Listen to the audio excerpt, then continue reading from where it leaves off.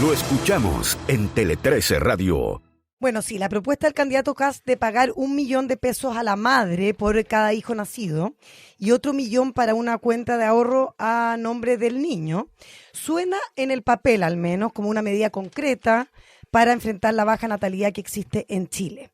Pero si queremos tomarnos en serio este reto demográfico, necesitamos de alguna manera dejar lo que algunos consideran una solución parche y bastante populista, porque vaya uno a preguntarle a una mujer si quiere recibir esos recursos o no, y entender que el problema es probablemente mucho más profundo, estructural y cultural. Veamos, los nacimientos en nuestro país van en picada y no es casualidad. En 2024, ya conocimos las cifras hace algunas semanas atrás, Chile alcanzó mínimos históricos. Apenas 135.539 nacimientos. Eso es casi un 50% menos que hace 30 años. Y eso ha ido cayendo, continuamente y de manera regular. No hay guaguas. Y la caída, cuando uno se pone a analizar los números, no es homogénea, se da con más fuerza en sectores de mayor escolaridad y en comunas urbanas, donde criar hijos se vuelve una carrera de obstáculos. Estamos en 1,16 hijos por mujer en el año 2023. Bueno, pero cuando uno lo analiza en perspectiva... Perdona, ayer contábamos que el próximo miércoles vienen los datos del censo enfocados en fecundidad. Claro, por eso que en el INE siempre son como tan cuidadosos, específicamente en estos momentos, para entregar los números, para poder hacer los cruces, que son al final lo más interesante, ¿no? Pero bueno, el fenómeno no es chileno únicamente, por supuesto, y se está viviendo en varias partes esta caída. Lo vemos en Corea del Sur, en Japón, en España, en Italia. Todos enfrentan el mismo dilema, una población que envejece y pocas ganas o posibilidades de tener hijos. Y lo interesante es mirar las soluciones que han encontrado. En todos estos países, las puramente económicas no han servido. Cuenta la BBC... el camino trazado en los países nórdicos, que siempre aparecen ahí como ejemplos de cosas que se han hecho bien. Guarderías públicas de calidad, licencias parentales igualitarias y flexibilidad laboral real para hombres y mujeres, quienes incluso pueden reducir sus jornadas a cambio de una baja salarial. Justo lo que Chile no tiene. Lo primero, recursos. Pero bueno, los bonos también implican esfuerzo fiscal. Estamos hablando que lo que propone José Antonio Kast cuesta cerca de 360 millones de dólares. Por año. Por año. Pero sobre todo no hemos, y aquí vuelvo siempre a lo que uno habla y pasan años y uno sigue hablando sin que se concrete la iniciativa. Bueno, sistemas de cuidado robusto y eficaz, ni tampoco se ha despachado después de años de discusión el proyecto de Sala Cuna Universal. Es como la nueva reforma de pensiones. Sí, yo pensaba lo mismo. Llevamos 2 décadas hablando de Sala Cuna, los primeros proyectos o indicios de proyectos, que al final es lo que le permitiría a las mujeres y a los hombres salir a trabajar tranquilos, sabiendo que alguien puede cuidar a sus hijos, ¿no? Es bien increíble que llevamos discutiendo tantos años que haya como bastante consenso. Y un acuerdo de que se necesita, es importante, y si quiere la incorporación de la mujer al mundo laboral, tantas cosas. Y dicen que ahí el tema principal es el financiamiento. Entonces, cuando se empiezan a plantear otras iniciativas que también requieren recursos, uno se pone a pensar, a ver, ¿dónde poner las fichas, digamos, no? Ojo que igual es bien frustrante porque en los países del norte de Europa no han logrado revertir la tendencia a la baja, o sea, sostenida, pero bueno, al menos se ha ralentizado, o sea, no es que ha seguido bajando en los países nórdicos. El caso de Francia es también bien interesante, porque allá tener un tercer hijo es motivo de celebración, con una batería de apoyos concretos desde el Estado y una cultura que valora y, entre comillas, no penaliza la paternidad.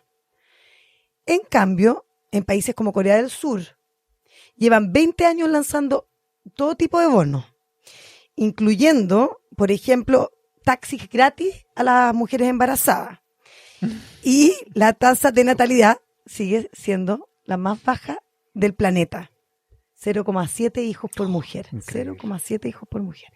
Y sí, se han instalado bonos para todo tipo de cosas. Entonces, cuando uno... Se han buscado alternativas. Económicas. Claro. Claro, sobre todo en Corea del Sur. Económico. Claro, es como el foco ha estado en lo económico únicamente, y eso no ha dado resultado. Lo conversaba con nuestra rata Carmen Gloria López, experta en temas de género. Aquí lo que parece es que por mucho tiempo la propia sociedad, entre comillas, abandonó a la mujer en el sentido de hacerlas transar entre maternidad o vida profesional. Probablemente porque no existía ni siquiera en la conversación el concepto de la corresponsabilidad y de que la crianza es o debiese ser compartida. Hoy hay mucho más conciencia y por eso la natalidad ha caído sobre todo en los universitarios, en los que están pensando en su carrera, en lo que quieren hacer en el futuro, porque saben de alguna manera que igual está instalado que el tema de la crianza está afecta a la trayectoria profesional de la mujer. Si queremos entonces que más personas consideren la maternidad o la paternidad como un camino viable, necesitamos transformar las condiciones sociales que lo hacen inviable hoy.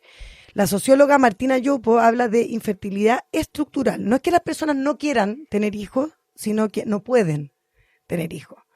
No hay tiempo, no hay redes, no hay apoyo del Estado. La crianza sigue recayendo en las mujeres, lo que implica postergación profesional, precariedad y sobrecarga mental. Este concepto que también hablamos tanto y que muchas veces uno lo siente.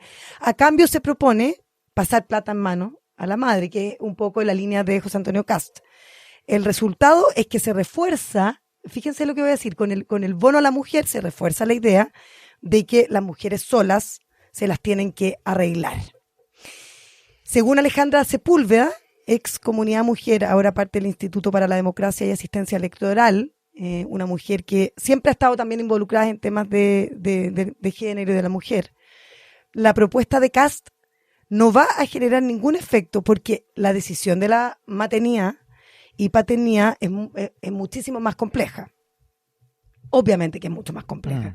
Tiene que ver con muchos factores que son socioeconómicos, o sea, son económicos y en la mente de esa mujer, por supuesto que está el que no le va a alcanzar, pero también sobre las oportunidades y dificultades para criar, que es el tema básico de cómo se desenvuelve la mujer con ambas cosas.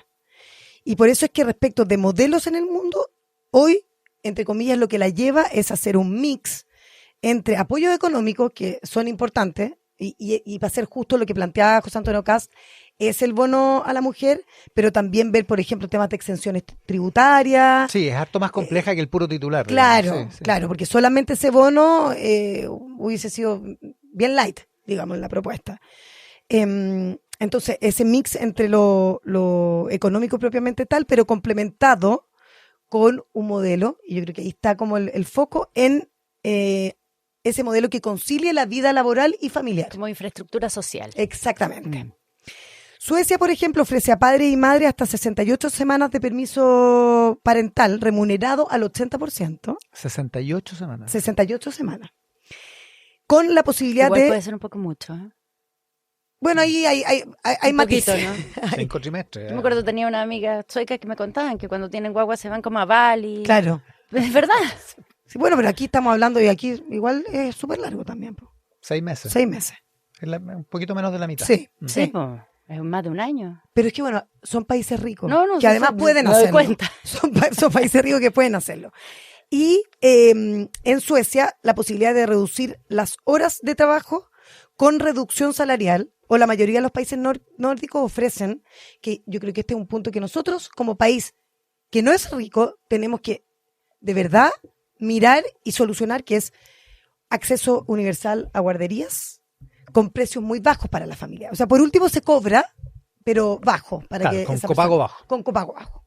En Suecia las familias, por ejemplo, no estoy hablando que podamos llegar a esos niveles, solo paga el 11% del costo de un espacio en esa guardería. Y en ese sentido, claro, como cuando uno analiza, ¿es bueno o no el tema del bono para las mujeres? Se acordaba Alejandra de la discusión de la extensión del postnatal de 6 meses, acá en Chile, donde se usó el mismo argumento, ¿se acuerdan?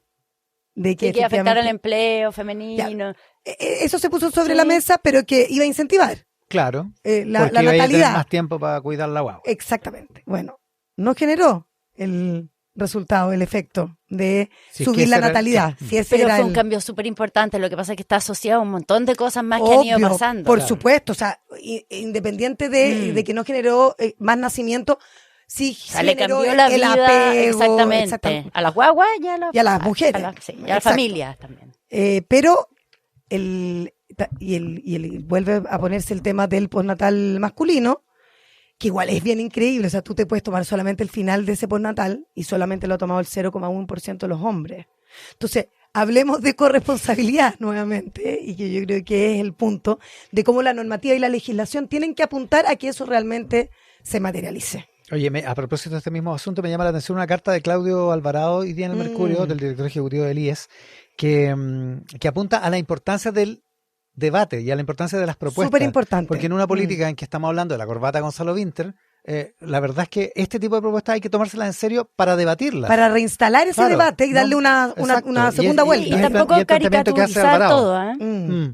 Porque es un debate importante. Es un debate importante, exactamente. Y es un debate fundamental, el de la natalidad es un debate fundamental. Y José Antonio Caz, al menos, lo puso lo está proponiendo. La mesa, es muy interesante. Tele 13 Radio Podcast, lo que tienes que escuchar. www.tele13radio.cl